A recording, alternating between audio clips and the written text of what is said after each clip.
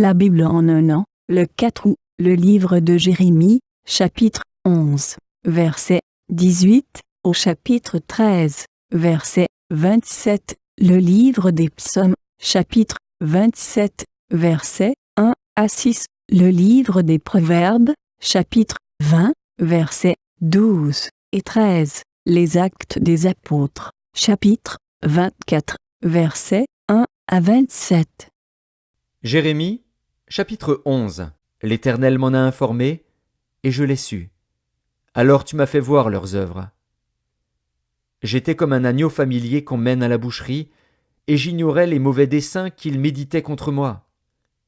Détruisons l'arbre avec son fruit, retranchons-le de la terre des vivants, et qu'on ne se souvienne plus de son nom. Mais l'Éternel des armées est un juste juge, qui sonde les reins et les cœurs. Je verrai ta vengeance s'exercer contre eux, car c'est à toi que je confie ma cause.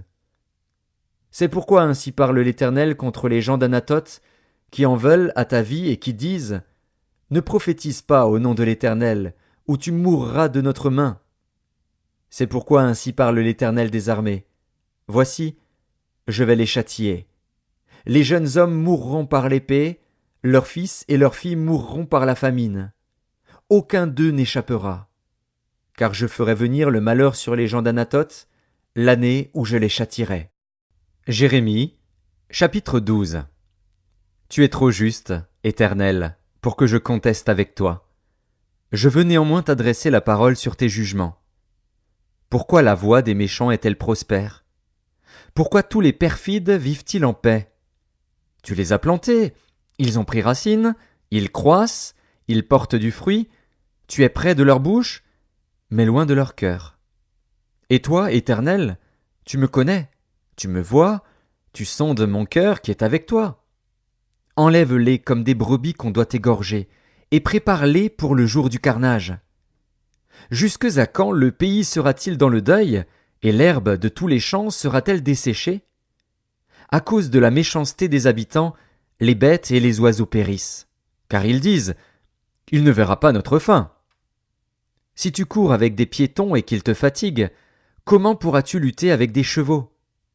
Et si tu ne te crois en sûreté que dans une contrée paisible, que feras-tu sur les rives orgueilleuses du Jourdain? Car tes frères eux-mêmes et la maison de ton père te trahissent. Ils crient eux-mêmes à pleine voix derrière toi. Ne les crois pas, quand ils te diront des paroles amicales. J'ai abandonné ma maison, j'ai délaissé mon héritage. J'ai livré l'objet de mon amour aux mains de ses ennemis. Mon héritage a été pour moi comme un lion dans la forêt. Il a poussé contre moi ses rugissements. C'est pourquoi je l'ai pris en haine. Mon héritage a été pour moi un oiseau de proie, une hyène. Aussi les oiseaux de proie viendront de tous côtés contre lui. Allez, rassemblez tous les animaux des champs, faites-les venir pour qu'ils le dévorent. Des bergers nombreux ravagent ma vigne, ils foulent mon champ. Ils réduisent le champ de mes délices en un désert, en une solitude. Ils le réduisent en un désert. Il est en deuil. Il est désolé devant moi. Tout le pays est ravagé, car nul n'y prend garde. Sur tous les lieux élevés du désert arrivent les dévastateurs, car le glaive de l'Éternel dévore le pays d'un bout à l'autre. Il n'y a de paix pour aucun homme. Ils ont semé du froment, et ils moissonnent des épines. Ils se sont fatigués sans profit. Ayez honte de ce que vous récoltez, par suite de la colère ardente de l'Éternel. Ainsi parle l'Éternel sur tous mes méchants voisins, qui attaquent l'héritage que j'ai donné à mon peuple d'Israël. Voici, je les arracherai de leur pays, et j'arracherai la maison de Juda du milieu d'eux. Mais après que je les aurai arrachés, j'aurai de nouveau compassion d'eux, et je les ramènerai chacun dans son héritage, chacun dans son pays. Et s'ils apprennent les voies de mon peuple, s'ils jurent par mon nom en disant « L'Éternel est vivant », comme ils ont enseigné à mon peuple à jurer par Baal, alors ils jouiront du bonheur au milieu de mon peuple. Mais s'ils n'écoutent rien, je détruirai une telle nation, je la détruirai, je la ferai périr, dit l'Éternel. Jérémie, chapitre 13. Ainsi m'a parlé l'Éternel, va, achète-toi une ceinture de lin et mets-la sur tes reins. mais ne la trempe pas dans l'eau. J'achetai la ceinture, selon la parole de l'Éternel, et je la mis sur mes reins. La parole de l'Éternel me fut adressée une seconde fois, en ces mots. Prends la ceinture que tu as achetée, et qui est sur tes reins. Lève-toi, va vers l'Euphrate, et là, cache-la dans la fente d'un rocher. J'allai, et je la cachai près de l'Euphrate, comme l'Éternel me l'avait ordonné. Plusieurs jours après, l'Éternel me dit, Lève-toi, va vers l'Euphrate, et là, prends la ceinture que je t'avais ordonné d'y cacher. J'allai vers l'Euphrate, je fouillai, et je pris la ceinture dans le lieu où je l'avais cachée. Mais voici, la ceinture était gâtée, elle n'était plus bonne à rien. La parole de l'Éternel me fut adressée, en ces mots. Ainsi parle l'Éternel, c'est ainsi que je détruirai l'orgueil de Juda et l'orgueil immense de Jérusalem. Ce méchant peuple, qui refuse d'écouter mes paroles, qui suit les penchants de son cœur, et qui va après d'autres dieux, pour les servir et se prosterner devant eux, qu'ils deviennent comme cette ceinture, qui n'est plus bonne à rien. Car comme on attache la ceinture au rein d'un homme, ainsi je m'étais attaché toute la maison d'Israël et toute la maison de Juda, dit l'Éternel, afin qu'elles fussent mon peuple, mon nom, ma louange et ma gloire. Mais ils ne m'ont point écouté. Tu leur diras cette parole, ainsi parle l'Éternel, le Dieu d'Israël. Tous les vases seront remplis de vin, et ils te diront, ne savons-nous pas que tous les vases seront remplis de vin? Alors dis-leur, ainsi parle l'Éternel. Voici, je remplirai tous les habitants de ce pays, les rois qui sont assis sur le trône de David, les sacrificateurs, les prophètes, et tous les habitants de Jérusalem, je les remplirai d'ivresse. Je les briserai les uns contre les autres, les pères et les fils ensemble, dit l'Éternel. Je n'épargnerai pas, je n'aurai point de pitié, point de miséricorde. Rien ne m'empêchera de les détruire. Écoutez et prêtez l'oreille. Ne soyez point orgueilleux, car l'Éternel parle.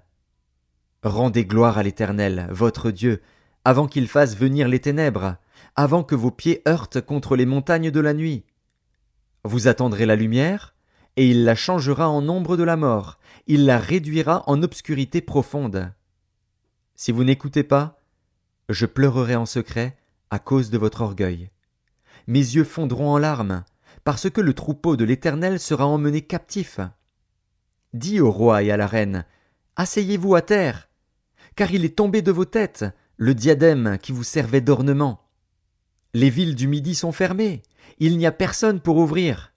Tout Juda est emmené captif, il est emmené tout entier captif. Lève tes yeux et regarde ceux qui viennent du septentrion. Où est le troupeau qui t'avait été donné, le troupeau qui faisait ta gloire? Que diras-tu de ce qu'ils te châtient? C'est toi-même qui leur as appris à te traiter en maître. Les douleurs ne te saisiront-elles pas, comme elles saisissent une femme en travail? Si tu dis en ton cœur, pourquoi cela m'arrive-t-il? C'est à cause de la multitude de tes iniquités que les pans de tes habits sont relevés et que tes talons sont violemment mis à nu. Un Éthiopien peut-il changer sa peau, et un léopard ses taches? De même, pourriez-vous faire le bien, vous qui êtes accoutumés à faire le mal?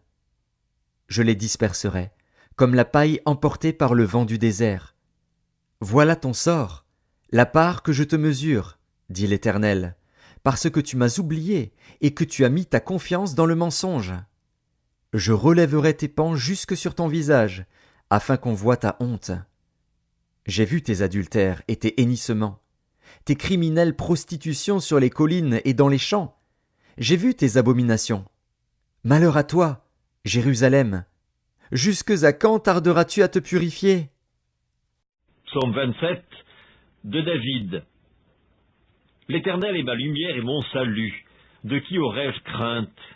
L'Éternel est le soutien de ma vie. De qui aurais-je peur? Quand des méchants s'avancent contre moi pour dévorer ma chair, ce sont mes persécuteurs et mes ennemis qui chancellent et tombent. Si une armée se campait contre moi, mon cœur n'aurait aucune crainte. Si une guerre s'élevait contre moi, je serais malgré cela plein de confiance. Je demande à l'Éternel une chose que je désire ardemment, Je voudrais habiter toute ma vie dans la maison de l'Éternel, pour contempler la magnificence de l'Éternel et pour admirer son temple. Car il me protégera dans son tabernacle au jour du malheur, il me cachera sous l'abri de sa tente, il m'élèvera sur un rocher. Et déjà ma tête s'élève sur mes ennemis qui m'entourent. J'offrirai des sacrifices dans sa tente au son de la trompette, je chanterai, je célébrerai l'Éternel. Livre des Proverbes, chapitre 20. L'oreille qui entend et l'œil qui voit, c'est l'Éternel qui les a fait l'un et l'autre. N'aime pas le sommeil, de peur que tu ne deviennes pauvre. Ouvre les yeux, tu seras rassasié de pain. Les Actes des Apôtres, chapitre 24.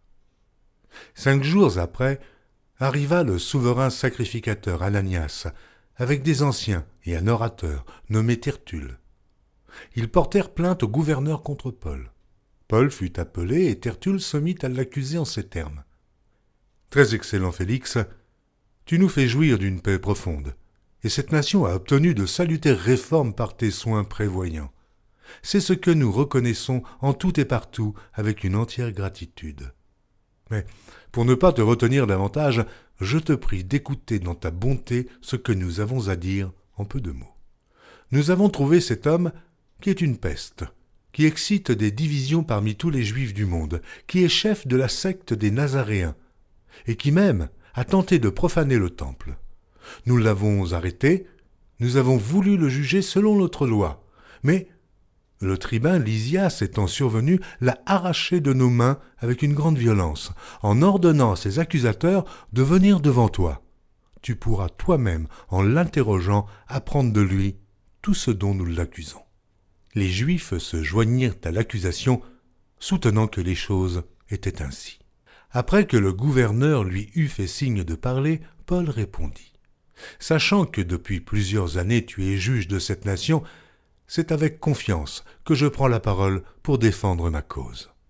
Il n'y a pas plus de 12 jours, tu peux t'en assurer, que je suis monté à Jérusalem pour adorer. On ne m'a trouvé ni dans le temple, ni dans les synagogues, ni dans les villes, disputant avec quelqu'un ou provoquant un rassemblement séditieux de la foule. Et il ne saurait prouver ce dont il m'accuse maintenant. Je t'avoue bien que je sers le Dieu de mes pères, selon la voie qu'ils appellent une secte, croyant tout ce qui est écrit dans la loi et dans les prophètes, et ayant en Dieu cette espérance, comme ils l'ont eux-mêmes, qu'il y aura une résurrection des justes et des injustes. C'est pourquoi je m'efforce d'avoir constamment une conscience sans reproche devant Dieu et devant les hommes. Après une absence de plusieurs années, je suis venu pour faire des aumônes à ma nation et pour présenter des offrandes. C'est alors que quelques Juifs d'Asie m'ont trouvé purifié dans le temple, sans attroupement ni tumulte. C'était à eux de paraître en ta présence et de se porter accusateurs s'ils avaient quelque chose contre moi, ou bien que ceux-ci déclarent de quel crime ils m'ont trouvé coupable lorsque j'ai comparu devant le Sanhédrin, à moins que ce ne soit uniquement de ce cri que j'ai fait entendre au milieu d'eux. C'est à cause de la résurrection des morts que je suis aujourd'hui mis en jugement devant vous. » Félix, qui savait assez exactement ce qui concernait cette doctrine, les ajourna en disant « Quand le tribun Lysias sera venu, j'examinerai votre affaire. » Et il donna l'ordre au centenier de garder Paul, en lui laissant une certaine liberté et n'empêchant aucun des siens de lui rendre des services. Quelques jours après, Félix vint avec Drusille, sa femme, qui était juive, et il fit appeler Paul. Il l'entendit sur la foi en Christ. Mais comme Paul discourait sur la justice, sur la tempérance et sur le jugement à venir, Félix, effrayé, dit « Pour le moment, retire-toi. Quand j'en trouverai l'occasion, je te rappellerai. » Il espérait en même temps que Paul lui donnerait de l'argent. Aussi l'envoyait-il chercher assez fréquemment pour s'entretenir avec lui. 2 ans s'écoulèrent ainsi, et Félix eut pour successeur Porcius Festus. Dans le désir de plaire aux Juifs, Félix laissa Paul en prison.